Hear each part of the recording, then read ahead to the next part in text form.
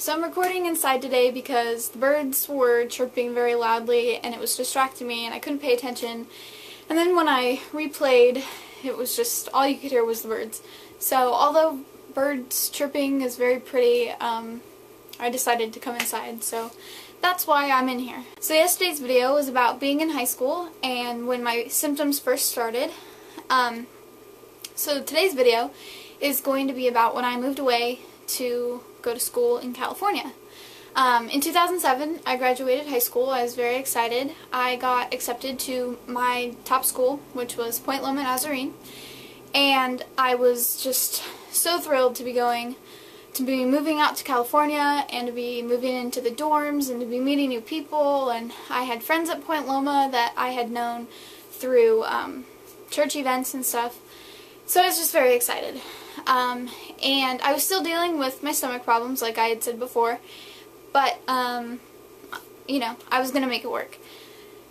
So I got to school, and randomly, in September, school started in August, but in September, I started getting dizzy at really random times, and it would come and go. It wasn't very severe or anything like that, but it made me a little worried, so I talked to my mom about it, and she said, well, why don't you go see the doctor that's on campus? So I made an appointment, went and saw him, and he made a comment like, well, we get students in here that, you know, are throwing up buckets, they're so dizzy, so, you know, you can deal with what you're dealing with. And that was probably the first instance where I was not taken seriously enough by doctors, and it was very disheartening, but he did send me to a neurologist who ended up ordering a MRI. And the MRI day story I will save for another day because I plan on making a video where I talk about random and funny and sometimes scary doctors and hospital visits, because I have quite a few of those stories. So you can wait to hear that story. Anyway, the MRI came back normal. Nothing wrong with my brain. So I was just like, okay, I guess I'll just deal with this random dizziness. You know, it's not interfering too much with my life, so I'll just continue with it. So the school year went on and everything was fine. I was having trouble eating because I was mainly relying on cafeteria food, and nothing against Point Loma's cafeteria food, but a lot of it made me sick. But a lot of food makes me sick, so I'm not bashing Point Loma in the least bit. And it got to the point where I was pretty much just eating bread and drinking water, which is not a good diet for anyone. And to add to it, at Point Loma, I was given the opportunity to be active every second of every day of my life, which is one reason why I chose Point Loma. Because I played on intramural softball, I played on intramural volleyball, I had really active friends, and we were constantly, you know, out doing things. So I was living a very active life and not giving my body the nutrients that it needed. And I think that that is one main reason why I got so sick. Anyway, after Thanksgiving, I flew back to California because I had been home for the holiday, and that night I got the most dizzy that I had ever been, and it really scared me, it really freaked me out. I called my mom, and I was just like, I don't know what to do, and she was like, well, all you really can do is rest right now. So that's what I did. I tried to sleep it off, but I was so dizzy I could not even sleep.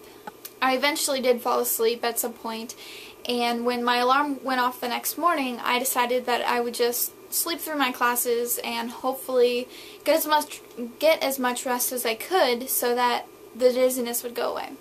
Well, unfortunately, that didn't happen. My dizziness did not go away, and it just continued to get worse and worse and worse as the days went on. This went on for probably a week. I stopped going to classes, I stopped going to chapel, I stopped leaving my room, I stopped getting out of bed, I stopped eating, I stopped drinking. It was awful. It was not good. I was just so completely dizzy and weak. one of my friends ended up taking me to urgent care, and the doctor there was really rude, and he made me cry. He was just very condescending and didn't take my symptoms seriously. He gave me a bag of meclizine, which is what people take when they go on car rides so that they don't get car sick. It's supposed to help with dizziness.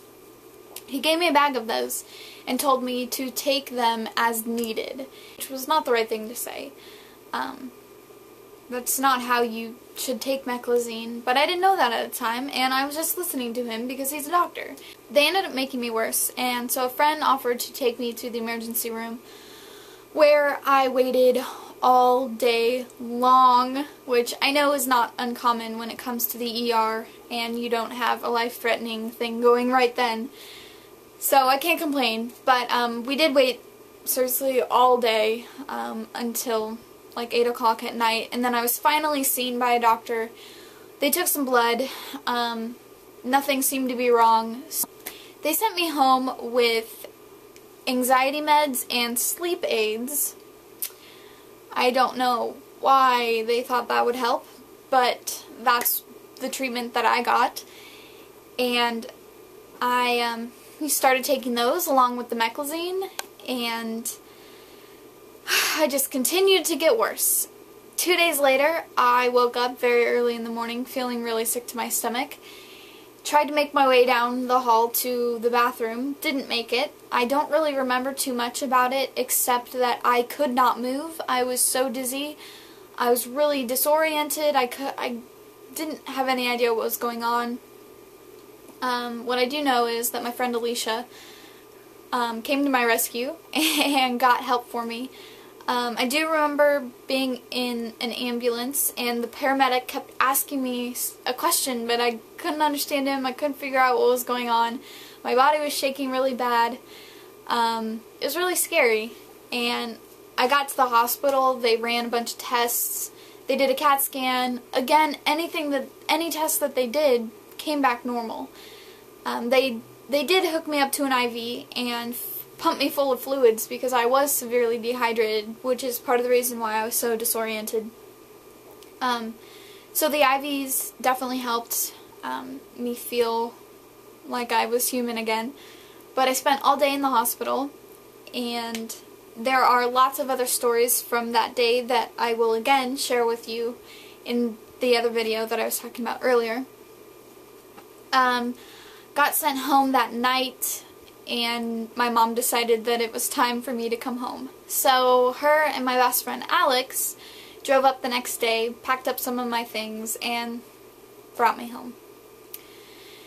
So that was my time at Point Loma. It definitely ended a lot quicker than I would have wanted, and it was really, really heartbreaking. It's definitely a lot more heartbreaking than I let anyone know. But it definitely tore me apart because it was a dream that ended a lot faster than I wanted it to. So that is part 2 of my story. Part 3 will be tomorrow, and I'll talk about what happened once I got home. So thank you so much for watching. It means a lot, and all of your encouraging comments I'm getting are just so much more than I ever thought. I really appreciate it, guys. Thank you. Thank you for letting me share this story with you. And again, if you've stumbled across this video, and I don't know you in my personal life, comment so that we can get to know each other. That would mean a lot. And hopefully you can relate to this. So thanks, guys, and check back tomorrow. Started. And today I'm going to talk about... I feel like the birds are too loud. Are the birds too loud? I think they're going to annoy me.